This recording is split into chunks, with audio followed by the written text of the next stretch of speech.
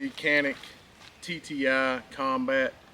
Man, what a blast. Not a single malfunction. Go ahead and get that out of the way. As you'll notice in the video, I did have on a different shirt because we were filming that compilation of shooting on 2 different days.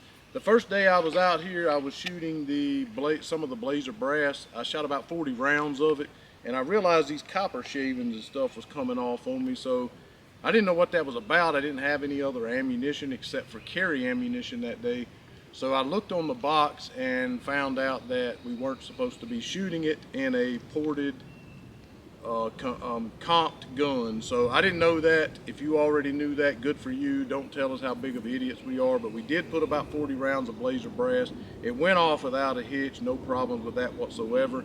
And the rest of the shots from that day, I was just shooting some Hornady defense ammo. That hurt my soul because we have to buy all our ammunition. But the rest of it was 124 grain NATO Winchester white box. Now I know you'll give us a hard time about that too, but that's what it was. Anyway, I do have my Rival Pro here as well, just to kind of give you I'll just talk more about the shooting differences between this and this. I didn't actually shoot this one today because I've actually sold this gun, so I don't want to shoot it after that I have sold it. But some of the key differences is you'll notice that the slide serrations are different on the front and on the rear from the Rival Pro. Also, the slide lock or slide release on each side, it is ambi of course, and it is different. It's more aggressive. It's got that Terran bronze color on there, and it looks like it has some darkness between the serrations. Very, very sexy looking. Also, the mag release is not like it is on the former Mete or Rival models, in that you can't take the screw out and change the distance that it protrudes off of the slide. And that kind of sucks. If there was anything about it I didn't like, that would be one of those things, because I did like being able to change the size of that mag release. Not to mention, especially when my wife was shooting the gun, she was talking about it hurting her hand in that area.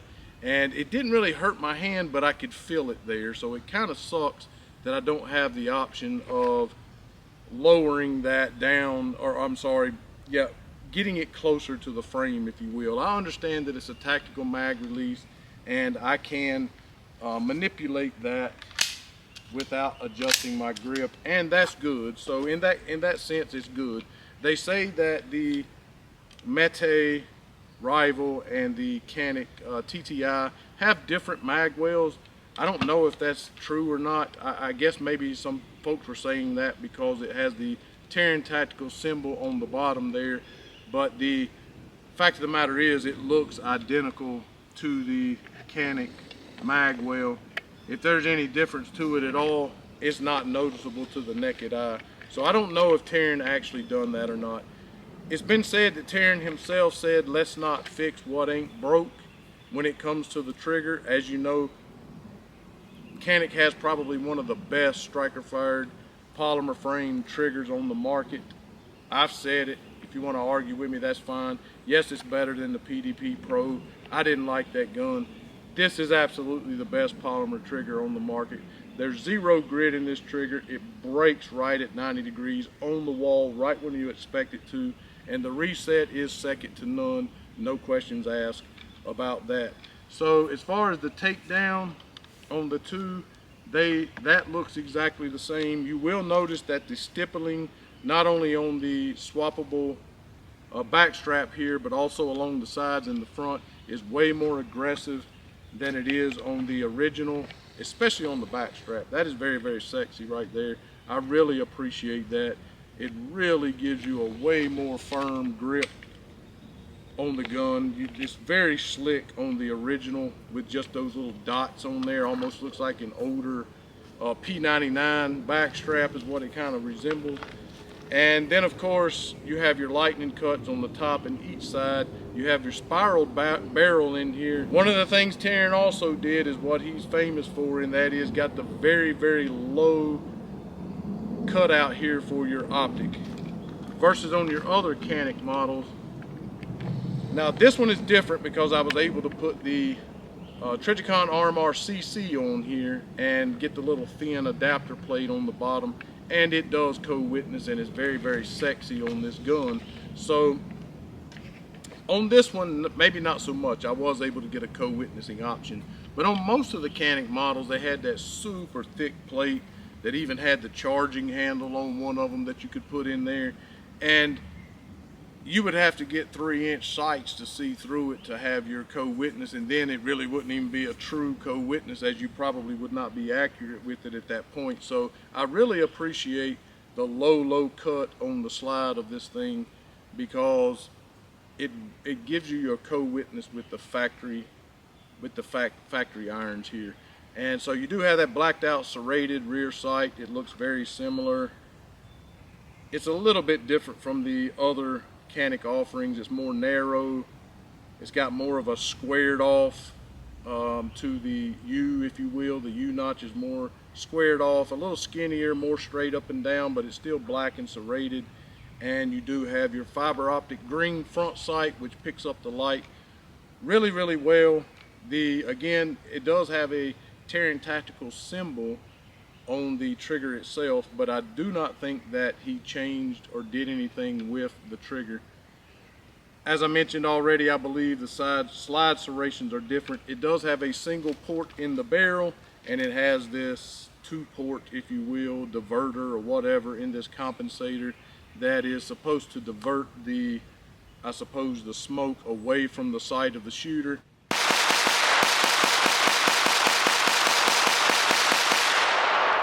But also the compensator and the port obviously works to keep pressure down on the front of the muzzle to eliminate some of the muzzle rise. And as you can see from the shooting,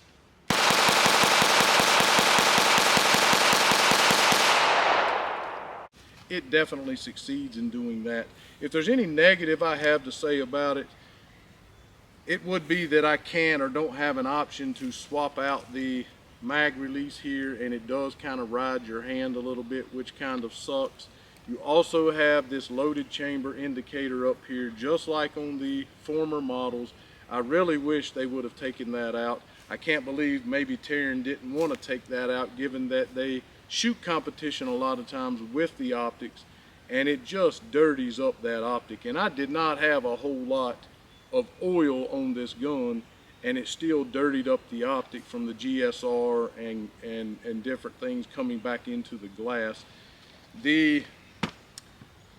Definitely the base plate on this is a +3. There was a lot of people on YouTube saying that it was a +4, but it's not. This is a +3. You can squeeze 22 in there if you really try, but I wouldn't advise it. It is a +3 mag extension here, making this a 21 round mag, and then you have your 18 round mag. Also have the Terran bronze color to them and the symbol on the bottom as well, and it is an aluminum base plate versus the plastic on the extended Rival Pro. So the mag base plate is different. Again, as I said, you do get 3 back straps, including the one that's on here. The holster that it comes with is way better. It retains the firearm way better than the original. You know, I kind of like this setup as far as the way it connects to your belt, more so than I do on this one here. But I'm an outside the waistband belt guy, so this holster would work great for me.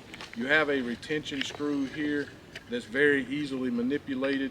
Way better on the holster than the original Canik, and it does also have the Terran Tactical symbol on it as well. You do get a low powered spring here, so when I was shooting the Blazer brass, the actual brass, not the aluminum, I think that stuff was 1125, and so I don't know if that's necessarily considered underpowered, but I was using this lighter spring.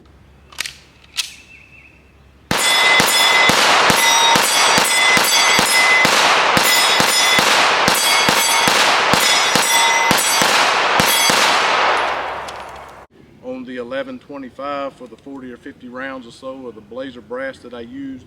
But today, using the 124 NATO, almost 1200 foot per second, I was using the standard the standard recoil spring that was in the gun when I received it, which is of course a little bit tighter.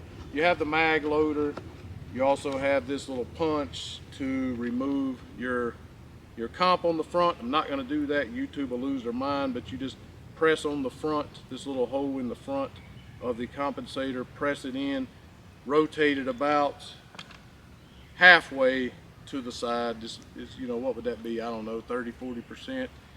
You rotate it to the left, it pops right off. Put it back on the same exact way. Very easy to take on and off. It's not a threaded barrel. Does come with a challenge coin, whatever. But overall, the shooting experience versus, now listen, I always enjoyed shooting my Rival Pro. Don't get me wrong. I was always ecstatic with the way this thing shot. I've always been a big fan of how Canik shot in general. I never was a fan of their texturing.